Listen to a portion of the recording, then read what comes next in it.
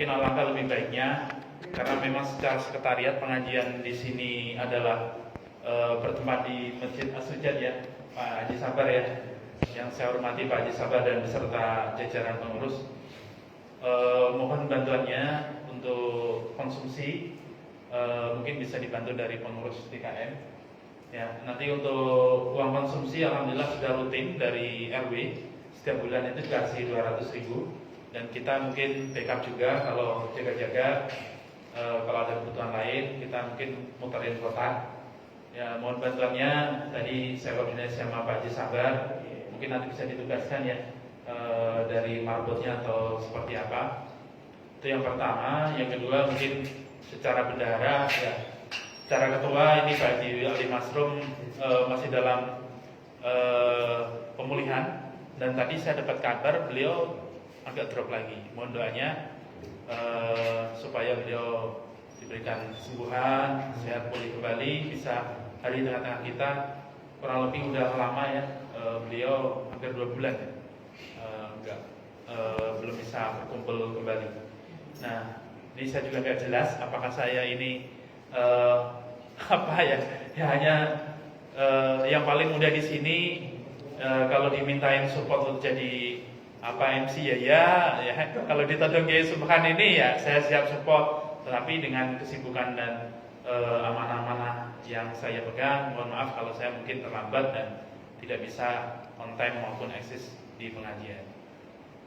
Terkait itu minta tolong mungkin dengan Pak Haji Sabar dan beserta jajarannya, pengurus Masjid As-Sujud untuk berkenan mensupport terkait mungkin konsumsi dan lainnya.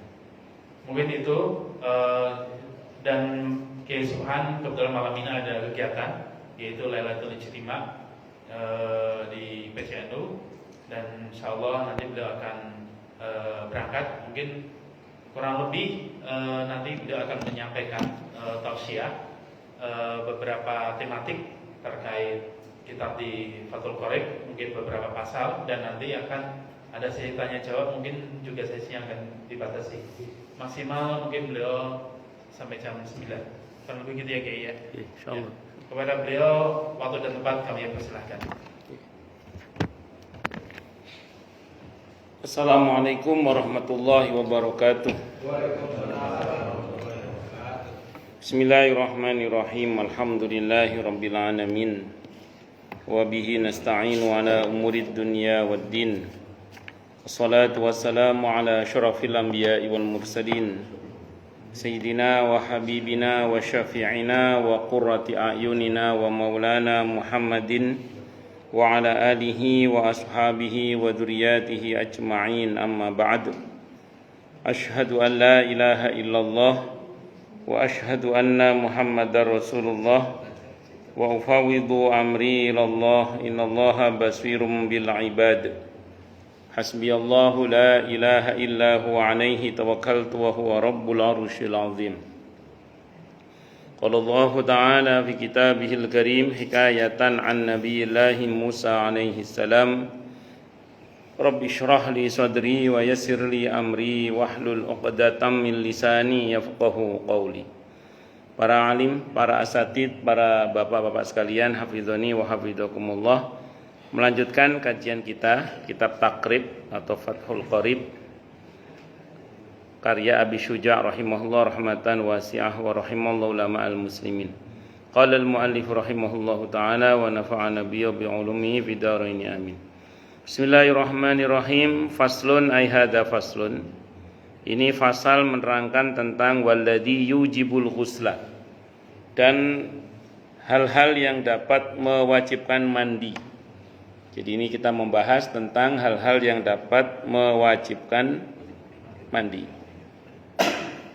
Itu ada sitatu asya'a, ada 6. Jadi yang menyebabkan orang wajib mandi itu ada 6.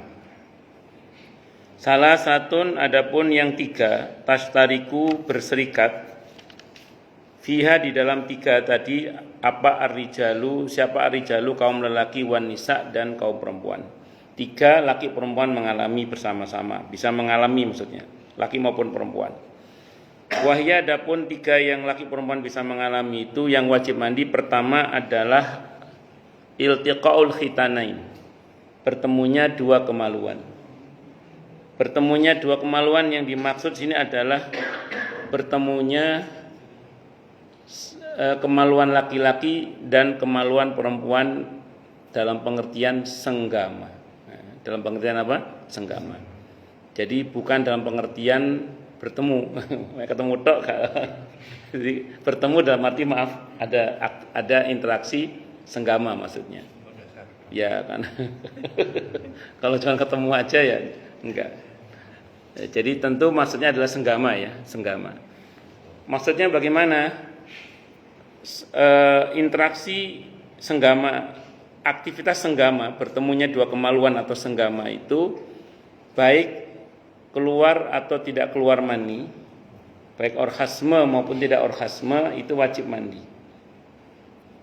Nun sewu nggih contoh misalnya. Baru masuk separuh misalnya nun sewu nggih. Belum ada aktivitas keluar mani atau orgasme, tiba-tiba ada tamu.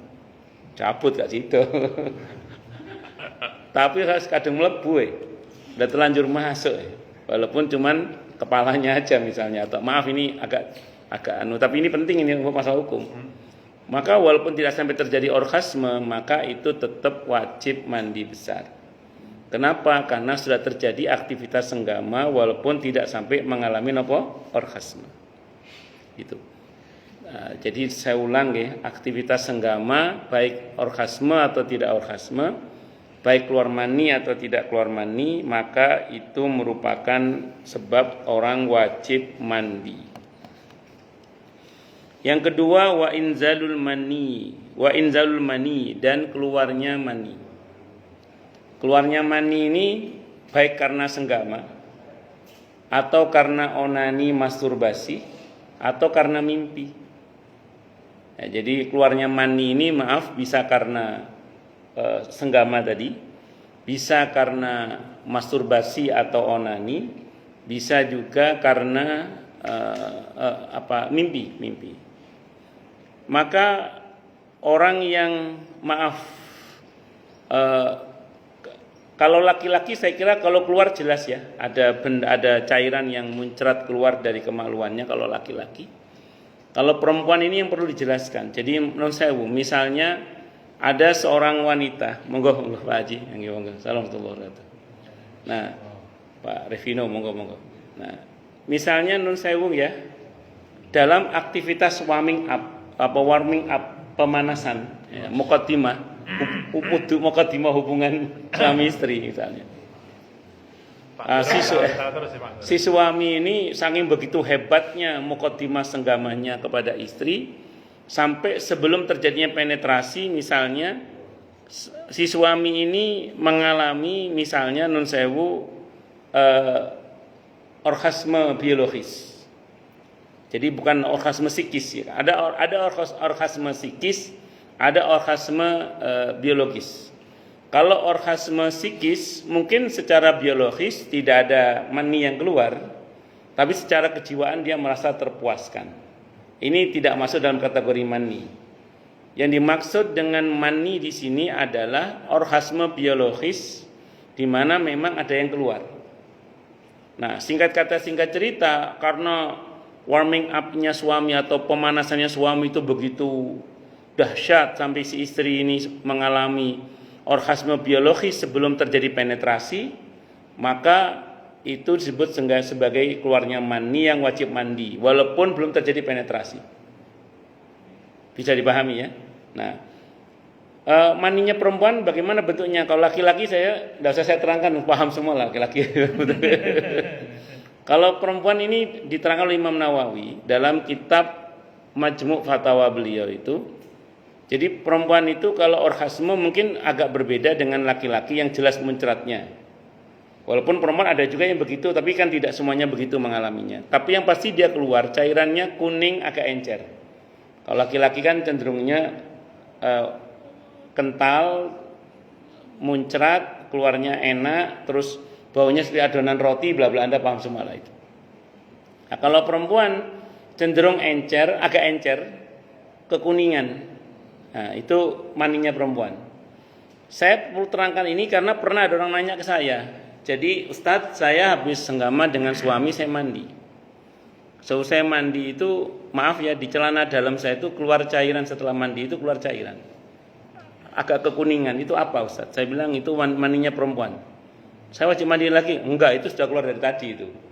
Cuman maaf ya, kalau laki-laki kan wes karena kayak selang gitu, cerot ngono wae. Itu kalau laki-laki. Kalau perempuan kan karena bentuknya seperti dompet itu, sehingga terus kadang tidak semuanya langsung ceret gitu. Kadang ya nyangkut di dalam itu, sehingga kadang cairan itu keluar setelahnya itu. Itu mani. Nah ini maaf ya, saya ulang, ini perlu saya terangkan karena mungkin ada sebagian wanita tidak paham itu. Nun sewu nggih, masturbasi misalnya, terus kemudian ini terlepas hukum masturbasi apa ya, saya nggak terangkan itu, tapi maksud saya begitu masturbasi dia mengalami orgasme biologis karena dia merasa tidak ada aktivitas seks dengan suami, terus dia merasa tidak wajib mandi. Padahal itu wajib mandi.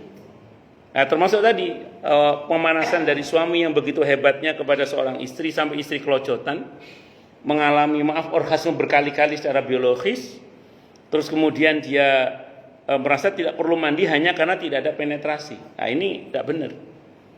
Nah, ini kalau laki-laki saya kira paham karena laki-laki jelas moncerote lah ketok itu. Nah, kalau perempuan kan enggak. Makanya harus diterangkan supaya secara fikih clear. Oh, berarti ini wajib mandi. Dan saya mohon maaf, ketika istri mengalami menstruasi, Nabi kan berpesan kepada para sahabat, sudah berbuat apa saja dengan istrimu, bersenang-senang maksudnya, yang penting satu, jangan sampai senggama. Nah, yang saya maksud tidak pada suaminya, karena saya ulang, karena suami kalau keluar jelas. Kalau perempuan, maaf, di dalam aktivitas haid itu kadang non sewu mengalami juga istri itu orgasme biologis karena dikerjain oleh suaminya. Nah, sementara penetrasi tidak terjadi karena lagi haid kan. Tapi ejakulasi itu mungkin terjadi. Keluar mani itu mungkin terjadi. Nah, ini pertanyaannya bagaimana ini? Ada haid, ada junub berarti kan? Ada haid, ada junub. Wajib mandi gak kira-kira?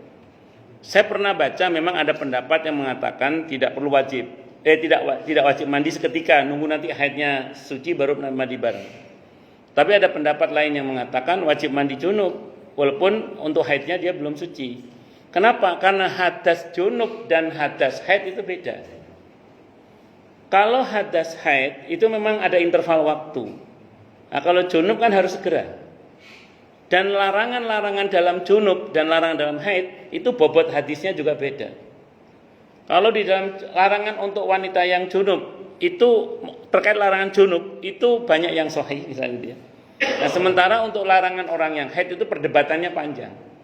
Kayak boleh nggak duduk di masjid, boleh nggak masuk ke masjid, boleh nggak baca Al-Quran orang haid itu. Kalau junub nggak boleh, jelas itu sudah dalilnya, sahih itu. Tapi kalau untuk haid kan boleh apa nggak baca Quran kan ada terjadi perdebatan.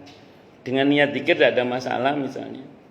Makanya karena beda hadas, nilai hadasnya dan konsekuensi hukumnya berbeda, maka untuk wanita haid yang mengalami junub, itu kalau saya termasuk yang ikut pendapat harus mandi. Paling enggak sebaiknya mandi lah. Kalau enggak memang harus sebaiknya mandi. Kenapa?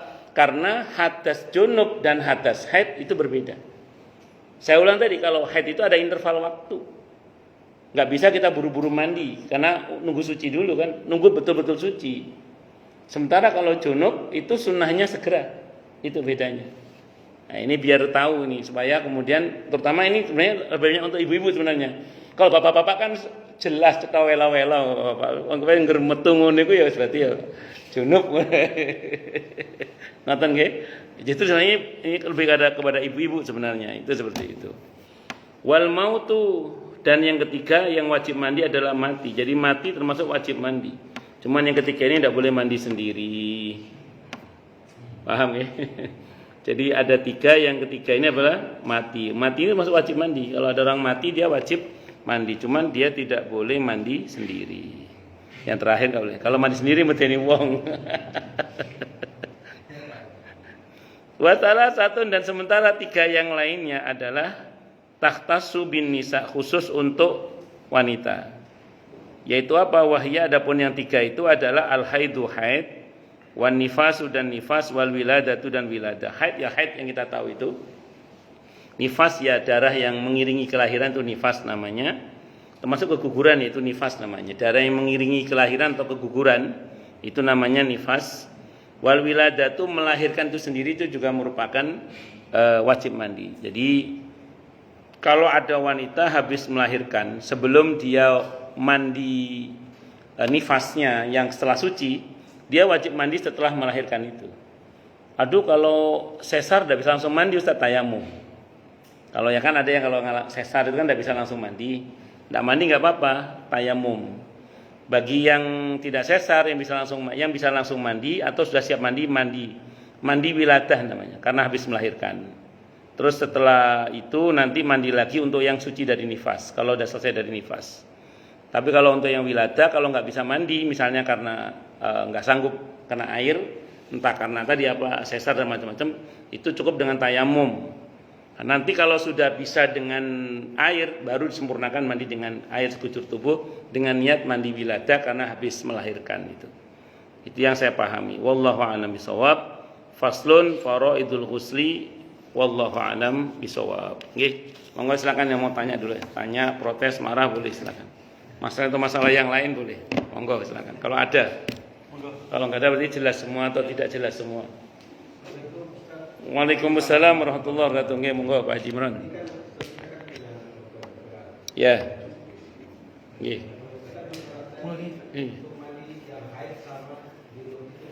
Baik. Keputihan.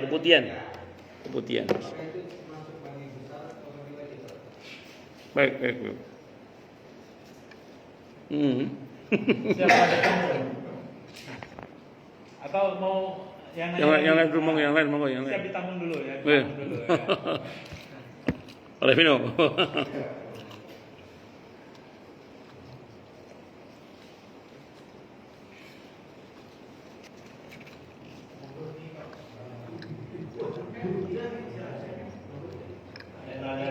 Enggak, monggo Haji, monggo.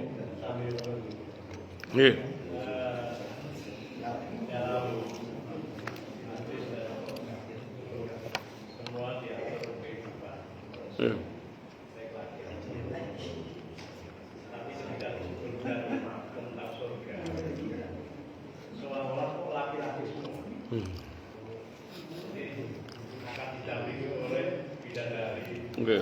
Jadi seolah-olah itu hanya laki-laki semua.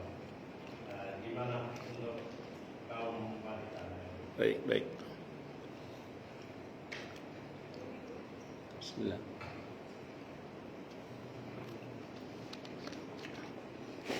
Yang pertama mengenai keputihan ya, Keputihan itu sependek yang saya pelajari. Nanti biar dokter yang menerangkan, tapi saya ngomong secara fikih ya. Ada jenis keputihan itu yang kalau fikih mengistilahkan seperti keringat saja. Jadi memang nun sewu ada beberapa wanita itu yang sangat subur sehingga dari pori-pori misfinya itu mengeluarkan cairan putih yang seperti keringat saja dan itu tidak najis dan itu tidak wajib mandi, tidak wajib wudu juga. Ya, apa namanya itu? Dan itu biasanya ada beberapa ibu-ibu yang mengalami keadaan seperti itu, dia menggunakan semacam pepet liner apa namanya? Iya, itulah itu apa namanya itu ya. Ya itu. Itu ya karena memang itu keputihan tapi dia tidak najis, dia tidak wajib mandi, tidak wajib wudu. Yang kedua ada keputihan itu yang jenis penyakit ya. Jenis penyakit. Maaf yang ini gatel, bau ya. Terus kemudian apanya begitulah cirinya. Yang karena ini jenis penyakit kalau itu terbukti misalnya itu darah putih atau nanah ya maksudnya ya. Darah putih yang dimaksud adalah nanah. Jadi nanah versi fikih ya, bukan nanah versi dokter. Kalau kedokteran menyebutkan semacam darah putih gitu ya. Darah putih. Nah, di dalam fikih itu termasuk dalam mazhab Syafi'i, kecuali Imam Ibnu Taimiyah ya. Kalau mazhab Syafi'i itu najis yang itu. Yang jenis yang itu najis, keputihannya jenis itu karena dia kategorinya darah putih. Darah putih itu kategorinya najis walaupun dia darah putih istilahnya. Tapi dia tidak wajib mandi. Enggak wajib mandi juga yang ini. Enggak wajib mandi. Cuman dia maaf karena najis, Kalau mau sholat dia wajib cebok terlebih dahulu, terus pakai membalutnya, terus dia sholat, tidak ada masalah. Jadi itu yang kedua. Yang ketiga, keputihan yang dimaksud adalah lubrikasi yang keluar karena syahwat. Ya, ini namanya madhi. Yang ini sama, najis dan wajib dicebok sama, dan dia wajib wudu kalau mau sholat, tapi tidak wajib mandi. Jadi semua keputihan tidak wajib mandi, Pak. Tidak wajib mandi. Semua keputihan tidak wajib. Cuman ada yang najis, ada yang tidak najis, itu aja. Ya, yang saya tahu yang jenis yang pertama, kedua itu yang pertama tidak najis, tidak wajib wudu juga. Kalau yang kedua, ketiga itu, yang kedua itu karena dia kategorinya darah ya. Kalau itu terbukti keluar dari dalam kemaluan, berarti dia juga sama, batal wudu, harus wudu juga, dan najis karena dia darah putih. Yang kedua sama, batal wudu, namanya mati. Cuma karena kalau yang kedua karena syahwat, dia bukan karena penyakit. Kalau yang kedua itu karena penyakit yang saya tahu. Begitu Baji yang saya pahami. Wallahu alam bisawab. Kemudian yang kedua itu di fikih ya, ada 3 kategori yang saya tahu. Nanti kalau mau lebih detailnya nanya sama dokter.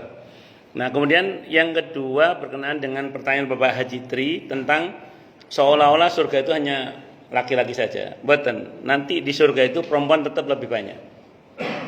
Saya ulang, di surga itu insya Allah kalau kita merujuk pada dalil-dalil yang ada, perempuan lebih banyak. Kenapa? Karena satu laki-laki istrinya bisa lebih dari satu. Satu laki-laki istrinya bisa lebih dari satu. Sementara perempuan tidak ada, satu perempuan suaminya 2 tidak ada di surga itu. Jadi sehingga karena di dalam surga mungkin terjadi poligami, sehingga sangat mungkin di surga itu perempuannya lebih banyak daripada laki-lakinya. Saya ulang ya, insya Allah di surga nanti perempuan lebih banyak daripada laki-laki. Kenapa? Karena satu laki-laki istrinya bisa lebih dari satu di surga nanti. Nah sementara perempuan tidak ada satu perempuan suaminya 2 di surga, tidak ada.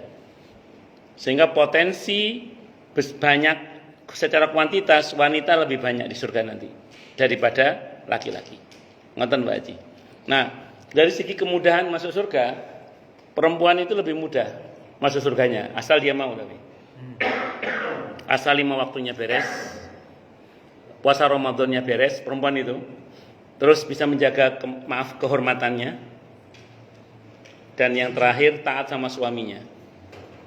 Nanti di akhirat dalam hadis yang saya baca, hadisnya sahih atau maqal, silakan Anda masuk dari pintu surga manapun yang Anda mau. Beda sama laki-laki. Laki-laki itu tanggung jawabnya banyak, Pak Haji. Makanya kata para ulama, andaikan laki perempuan itu masuk surga, maka yang lebih dulu masuk adalah istrinya, bukan suaminya. Kenapa? Karena suami tanggung jawabnya banyak. Tapi saya pernah baca dalam satu riwayat, laki-laki itu kalau bukan karena sodako dan sholatnya, celaka dia. Laki-laki kita ini Pak, kalau bukan karena sholat dan sodako, celaka kita. Bersyukurlah pada Allah ada syariat sholat, di mana kalau sholat kita dianggap baik, yang lain dianggap baik. Yang kedua sodako, kalau kita banyak membantu, kita akan dibantu oleh Allah. Nah, itu ya, jadi laki-laki ini kalau mau selamat, sholatnya betul-betul dijaga, banyak-banyak membantu sesama. Itu insya Allah selamat laki-laki itu. Karena kalau nggak itu laki-laki celaka. Karena saking banyaknya tanggung jawab laki-laki itu Pak. Tanggung jawab laki-laki itu banyak dan berat. Maka ringankan dengan sholat, ringankan dengan sodako. Sodako dan sholat itulah yang insya Allah membuat kita insya Allah akan menjadi selamat. Insya Allah. Ngaten nggih? Jadi justru perempuan lebih banyak menjadi surga nanti itu. Ngaten nggih? Allah alam bisawab. Monggo. Kalau dalam ayat itu kan kamu akan didampingi ya. Nggih. Ya. Nggih. Biasanya jangan lebih dari satu. Nggih, betul. Nabi dadar nggih. Artinya nanti kaum ibu Nggih. yang bisa itu apakah menjadi bidadari? Bagus. Atau ada Di Al-Quran itu ada hur, ada hurun in. Hur itu bidadari penduduk asli surga. Hur namanya. Hur itu bidadari asli surga. Jadi Allah bikin dia di surga langsung jadi penghuni asli surga. Hur namanya. Kalau istri kita yang masuk surga nanti namanya hurun in. Ratunya bidadari. Jadi nanti putri insya Allah menjadi hurun ain, ratunya bidadari. Ya, jadi dan bidadari yang lain itu cuma cemilan saja. Yang pokok itu istri kita itu. Permaisuri. Iya, betul. Pak Haji Imran nanti istrinya, nah itu hurun ain insyaallah. Ratunya bidadari. Bidadari yang lain Pak Haji itu cuma cemilan aja. Yang pokok itu yang istri kita itu. Nah, ngeten. Jadi istri kita insyaallah nanti menjadi hurun ain. Hurun itu ratunya bidadari. Kalau hur itu bidadari pelayan. Bidadari hur itu bidadari pelayan. Selir. Ya, semacam itulah. Wallahu a'lam bishawab. Nggih. Ngaten nggih? Nggih. Nggih, monggo yang lain. Monggo Pak Haji. Monggo Pak Supri, monggo nggih. Wah, siap. Kalau ngomongin bidadari ini mandi junub nih. Ya. Kalau kita terlambat dari puasa sahur, misalnya katakanlah puasa Ramadan. Kenapa? Puasa Ramadan. Oke. Itu kan ada imsak. Betul. Di puasa Betul. sama kan kita. Betul. Nah, kalau kita junubnya terlambat melewati batas. Betul. Itu misalnya puasa itu masih sah. Bagus. Senggama di malam hari di bulan Ramadan itu tidak membatalkan puasa di siang hari Ramadannya walaupun belum mandi junub. Karena Nabi pernah mengalami. Jadi pernah Nabi itu di bulan Ramadan nun sewu beliau beraktivitas suami istri sebelum subuh dan beliau baru mandi setelah subuh itu pernah. Dan itu di bulan Ramadan. Itu sebagai dalil bahwa aktivitas senggama di sebelum subuh di bulan Ramadan itu tidak membatalkan puasa walaupun mandi junubnya setelah subuh. Ya, setelah subuh. Nah, ngoten. Wallahu a'lam bishawab. Nggih, monggo yang lain silakan. Atau junub di siang hari karena nggak sengaja, mimpi basah misalnya nggih. Terus junub di siang hari itu juga nggak batal. Kalau junubnya karena nggak sengaja. Kalau sengaja beda Pak. Nggih, monggo Pak. saya junub nggak sengaja. Mimpi misalnya. Nggih. Monggo Pak, nggih monggo.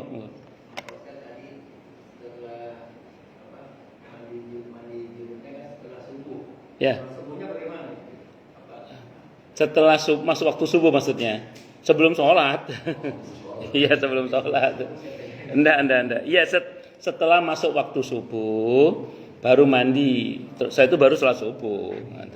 Allah a'lam bishawab. Jadi zaman sholat subuhnya mungkin telat gitu. Iya. Jadi diperjelas gitu begitu kan. Oke. Monggo yang lain silakan. Cukup? Atau masih ada yang bertanya? Ya, ini udah mau ada acara. Iya, siap. Oke, terima kasih Kiai atas sesi tausiah tanya jawab tadi dari bapak-bapak semuanya. Kayaknya semangat ya kalau masalah bidadari ya. Jadi saya tuh ingatnya tadi tuh kurun sama kurun ain ya. Ada lagi tambahannya. Oke, saya lihat di grup bahwa untuk putaran khataman pada periode 22 Juli sampai 6 Agustus ada 3 orang yang belum selesai, sehingga kita akan membaca doa khataman nanti setelah bapak-bapak udah selesai. Malam ini tetap kita minta doa yang akan dipimpin oleh Kiai. Semoga insya Allah membawa keberkahan dan kebaikan buat kita semua. Semoga Kiai. Asyhadu an la ilaha illallah wa asyhadu anna Muhammadar Rasulullah. Allahumma shalli wa sallim wa barik ala sayyidina Maulana Muhammadin wa ala alihi wa ashabihi wa dzurriyyatihi ajmain walhamdulillahi rabbil alamin. Ya dzal jalali wal ikram ya hayy ya qayyum ya arhamar rahimin ya wadud ya ghaffar ya mujibad da'awat. Allahumma inna nas'aluka bi annana nashhadu annaka antallah la ilaha illa anta al-ahad wa samad walladzi lam yalid wa lam yulad wa lam yakul lahu kufuwan ahad. Allahumma ighfir lana dhunubana wa liwalidina wa limashayikhina wa li ashabil huquqil wajibati alaina. Rabbana ighfir lana wa li ikhwanina alladhina sabaquna bil iman wa la taj'al fi qulubina ghillan lil ladzina amanu rabbana innaka ra'ufur rahim. Allahumma ya Allah, ampunilah dosa-dosa kami, dosa-dosa kedua orang tua kami, dosa-dosa guru-guru kami, dosa-dosa keluarga kami, dosa-dosa muslimin, muslimat, mukminin, mukminat, baik yang masih maupun yang sudah wafat. Allahumma ya Allah, jadikanlah kami semua termasuk orang-orang yang sukses dunia akhirat, selamat dunia akhirat, bahagia dunia akhirat, dan permudahlah setiap urusan kami ya Rabb fid dini wa dunya wal akhirah. Ya Allah, limpahkanlah hidayah selalu untuk kami, tingkatkanlah selalu hidayah untuk kami, dan berikanlah hidayah untuk siapapun yang melihat kami. Ya Rabbana ya Rabbana ya Rabbana ya Rabbana ya Rabbana, Rabbana atina fid dunya hasanah wa fil akhirati hasanah wa qina adzabannar. Rabbana atina min ladunka rahmatan wa hayyi lana min amrina rasyada. Rabbana la tu'akhidna in nasina aw akhtana. Rabbana wa la tahmil 'alaina isran kama hamaltahu 'alal ladzina min qablina. Rabbana wa la tuhammilna ma la taqata lana bih. Wa'fu 'anna waghfir lana warhamna anta maulana fansurna 'alal qaumil kafirin.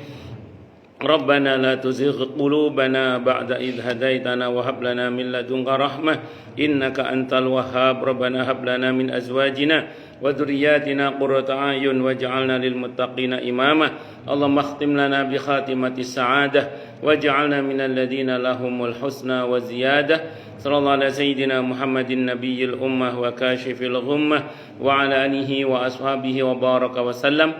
Subhana rabbika rabbil izzati amma yasifun wa salamun alal mursalin walhamdulillahi rabbil alamin. Subhanakallahumma bihamdika asyhadu an la ilaha illa anta astaghfiruka wa atubu ilaik. Sallallahu ala Muhammad wa ala alihi wa sahbihi wasallam. Saya mohon maaf. Assalamualaikum warahmatullahi wabarakatuh. Waalaikumsalam warahmatullahi wabarakatuh.